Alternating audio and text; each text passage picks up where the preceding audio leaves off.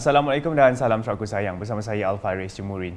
Tumpuan berita. Yayasan Jantung Sarawak akan menganjurkan Hari Jantung Sedunia 2022 di Majlis Bandaraya Kuching Selatan MBKS Kuching pada 25 September depan.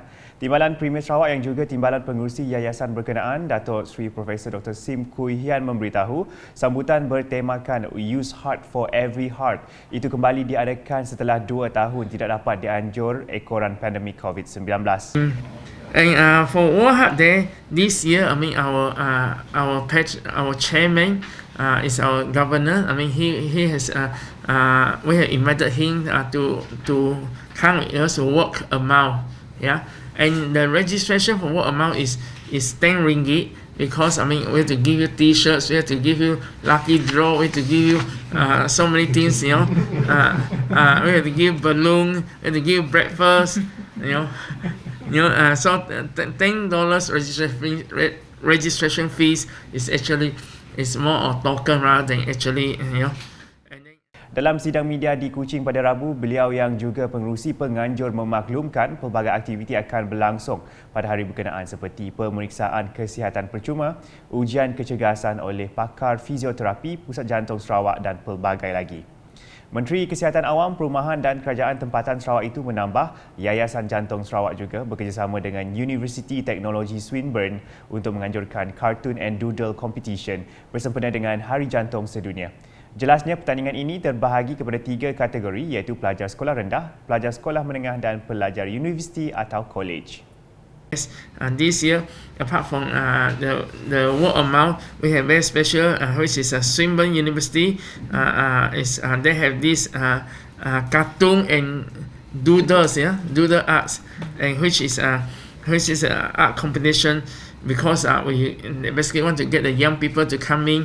As you all know that our heart disease started when we are 10 years teenagers, not because when you're 40, 50. By 40, 50 it's so badly blocked that's why it's just discovered. But when you're teenagers, you start having artery block, and we know that from the autopsy. People that have motor car accident, when we do autopsy, then that's why we find that the arteries start getting blocked. Berita seterusnya, Kementerian Pemodenan Pertanian dan Pembangunan Wilayah Sarawak MANRED menyasarkan lebih ramai generasi muda untuk menceburi sektor pertanian moden. Menterinya Datuk Seri Dr. Stephen Rundi Utom berkata, penggunaan teknologi moden mampu meningkatkan hasil tanaman yang diusahakan termasuk kualiti tanaman dan produktiviti pertanian. Beliau menjelaskan ia adalah sebahagian daripada langkah untuk memastikan bekalan makanan di Sarawak mencukupi susulan isu keselamatan makanan yang dihadapi seluruh dunia.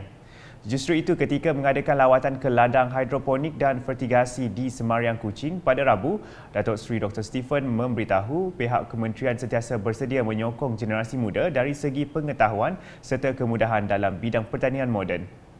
Tapi bagi saya yang penting adalah kita dapat merapikan anak-anak muda yang mempunyai inisiatif, yang melakukannya secara usaha sendiri dan sebagainya. Mereka ni harus bukan saja dibimbing dari segi pengetahuan, juga harus diberikan to facilitate how whatever means we can assist them. Di sini SADB telah pun memberikan assistance untuk beliau menambahkan lagi. Kawasan ini lebih kurang 1.5 acres. Memanglah kecil kawasan ini, tetapi dapat kita dan beliau juga dapat mempelajari bagaimana daripada pengalaman tersebut mungkin dia akan membesarkan lagi kawasan yang lain, dan juga bersama rakan-rakan yang lain mungkin dapat menambahkan volume supply untuk bukan saja untuk tempatan tapi masa akan datang untuk kita ekspor. Sementara itu, pengusaha ladang berkenaan Zaidi Jamil ketika ditemui media berkata, beliau bersedia menyahut cabaran Datuk Seri Dr. Stephen untuk menjadi sebahagian dari pengekspor produk makanan bersih menjelang tahun 2030. And then bagi saya, Nya sengaja madah camia untuk beri cabaran kepada saya. Okey. Nya madah, okey, Zaidi.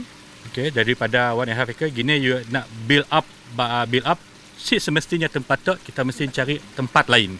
Tapi dengan satu sistem yang with cost saving dan sistem yang canggih macam IoT, sensor system supaya dapat membantu. Sebab dengan new system nya satu nya dapat mengurangkan tenaga pekerja and then menambahkan yield pengeluaran.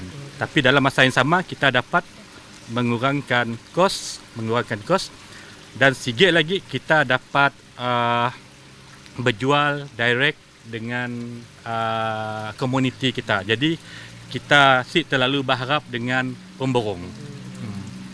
Paparan berikutnya di Daro. Penantian warga Kampung Penasu untuk memiliki masjid baharu bakal menjadi kenyataan sebaik masjid baharu yang sedang dalam pembinaan siap sepenuhnya pada tahun hadapan.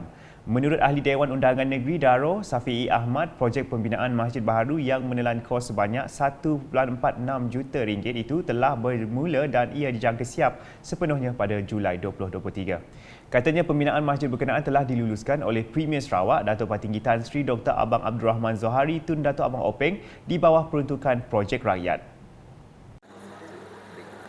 Ya, Alhamdulillah hari ini kita telah pun mengadakan majlis serah tapak bagi projek rakyat yang membuat Premier, iaitu Bina Baru Masjid Kampung Penasu yang kita sudah maklumkan telah pun diluluskan oleh Premier sebelum ini, dan projek yang bernilai 1.46 juta lah akan bermula secara rasminya pada esok hari, dan insya-Allah ianya akan siap bagi tempoh 12 bulan.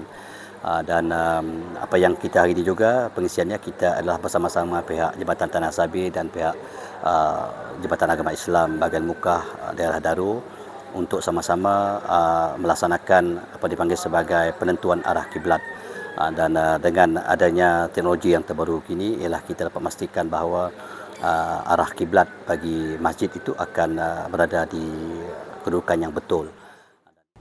Beliau berkata demikian kepada Unit Komunikasi Awam Sarawak UKAS selepas mesyuarat Jawatankuasa Pembangunan Masjid Kampung Penasu bertempat di Dewan Masyarakat Penasu pada Selasa.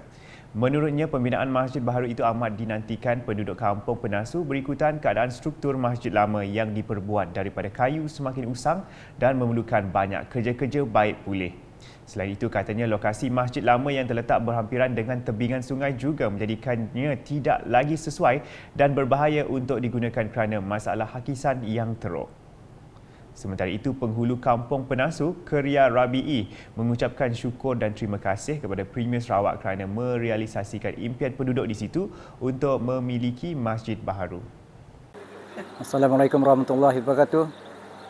Alhamdulillah, saya penghulu Keria bin Rabi'i mewakili penduduk Kampung Penasu mengucapkan berbanyak terima kasih kepada Premier Sarawak kerana meluluskan projek yang terbesar ini bagi orang Kampung Penasu, dan projek ini ialah yang ditunggu-tunggukan penduduk Kampung Penasu hingga hari ini. Saya mengucapkan alhamdulillah dan bersyukur kerana projek ini telah diluluskan dengan sepenuhnya, dan projek ini akan dibinakan mulai esok hari dan seterusnya. Saya harap projek ini akan berjalan dengan lancarnya hingga siap. Bagi Ketua Wanita Kampung Penasu, Anidah Isa pula, beliau berharap agar pembinaan masjid berkenaan berjalan dengan lancar dan disiapkan mengikut jadual ditetapkan. Bismillahirrahmanirrahim. Assalamualaikum warahmatullahi wabarakatuh. Saya Puan Anidah binti Isa, Ketua Wanita Kampung Penasu dan Wakil Warga Kampung Penasu, mengucapkan terima kasih yang tidak terhingga kepada Yang Amat Berhormat Premier Sarawak dan Yang Berhormat Safi'i bin Haji Ahmad kerana telah menghadiahkan masjid yang ditunggu-tunggu oleh warga Kampung Penasu. Kami mengharapkan supayanya sukses dan cepat siap dan berjalan lancar. Terima kasih. Beralih dengan laporan di Miri, projek bekalan air luar bandar BALB dari kawasan Siwak ke Jalan Pesisiran Pantai Miri yang dianggarkan bernilai sekitar 39 juta ringgit merangkumi kampung Sinop Hilir kini masih dalam fasa reka bentuk. Jurutera Air Bahagian Miri, Fadil Kawi berkata projek bekalan air itu telah diluluskan oleh Kerajaan Persekutuan melalui Kementerian Pembangunan Luar Bandar KPLB dan Jabatan Bekalan Air Luar Bandar Sarawak telah diamanahkan sebagai agensi pelaksana.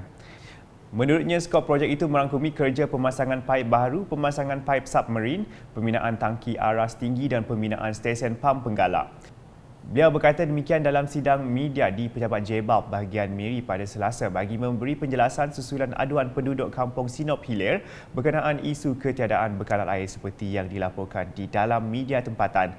Ujar beliau sebagai sebuah agensi kerajaan Sarawak yang bertanggungjawab kepada pengurusan sistem bekalan air di kawasan luar bandar adalah menjadi keutamaan pihaknya untuk menyelesaikan isu-isu bekalan air yang masih membelenggu para penduduk di kampung itu. Selain itu, katanya pihak Jebab juga menubuhkan kumpulan WhatsApp rakan Jebab mengikut zon yang terdiri daripada ketua masyarakat dan wakil rakyat untuk menyampaikan mesej atau tindakan dan aduan yang perlu diambil tindakan segera. Selanjutnya, kehangatan sambutan Hari Sarawak yang akan diraikan pada Jumaat kian terasa apabila segelintir penduduk di Bandaraya Kuching dilihat mula mengibarkan bendera Sarawak. Warga di Kampung Tupong tidak ketinggalan apabila turut sama menganjurkan aktiviti menaikkan bendera keramat itu dalam satu program yang diadakan pada Rabu. Menurut penghulu Kampung Tupong Batu, Ramdan Putit yang mewakili Datuk Bandar Dewan Bandaraya Kuching Utara, Datuk Junaidi Redwan, beliau berharap kampung-kampung lain akan turut menyertai perayaan Hari Sarawak. Difahamkan warga kampung itu juga sedang merancang untuk mengadakan perarakan tanglong di seluruh kampung untuk menyemarakkan semangat kemerdekaan. Yang memberi idea untuk kita menggantungkan bendera sempena Hari Kemerdekaan Sarawak untuk memberi semangat kesedaran tentang perjuangan kemerdekaan negeri Sarawak. Berita seterusnya, sukan elektronik atau e-sports kini menjadi platform penting dalam membina generasi masa depan. Selain menawarkan hadiah yang lumayan, permainan alaf baru ini turut menjana kreativiti dan potensi diri terhadap golongan muda khasnya. Demikian menurut Timbalan Menteri Pelancongan Industri Kreatif dan Seni Persembahan 1, Datuk Sebastian Ting Chiu Yu. Memberi contoh Mobile Legend Miri Tournament, beliau berkata menerusi kejohanan ini ia sekaligus dapat membuka peluang kepada pemain amatur untuk merasai debaran serta menimba pengalaman daripada sukan elektronik berskala besar yang unik dan menarik. We have two competitions before, Mobile Legend Bang Bang 1 and 2, but because of COVID 2020 and 2021 we stopped. So this probably will be the third time. The first one was 2018，第一次是2018年了哈，那时候第一次也是在这边哈，我的好朋友Brother Alan 会知道。第二次也是2019年会在这边呢，2020跟2021疫情的事情我们就没有举办了哈。Because of COVID for the year 2020 and 2021, we did not have this Mobile Legend Bang Bang. This competition has always been very popular among our young people. Beliau berkata demikian semasa berucap pada pertandingan Mobile Legend Miri 2022 bertempat di Bintang Mega Mall New Wing Miri pada Ahad. Pemenang bagi pertandingan tersebut ialah Baik Dorafi untuk membawa pulang hadiah berupa wang sebanyak RM2,000. Naib juara dirangkul oleh Mighty Banana RM1,000 manakala tempat ketiga disandang oleh Tim Rahasia RM500. Seramai 160 peserta merangkumi 32 pasukan yang terdiri daripada 5 orang ahli dalam satu pasukan telah mengambil bahagian dalam pertandingan itu. Sekian edisi Tengah Hari bersama saya Al-Fairis Jemurin. Berita lebih lanjut boleh didapati di semua platform media sosial UKAS termasuk portal ukas.sarawak.gov.my dan UKAS Channel di YouTube. #Menjawab Fakta, salam UKAS.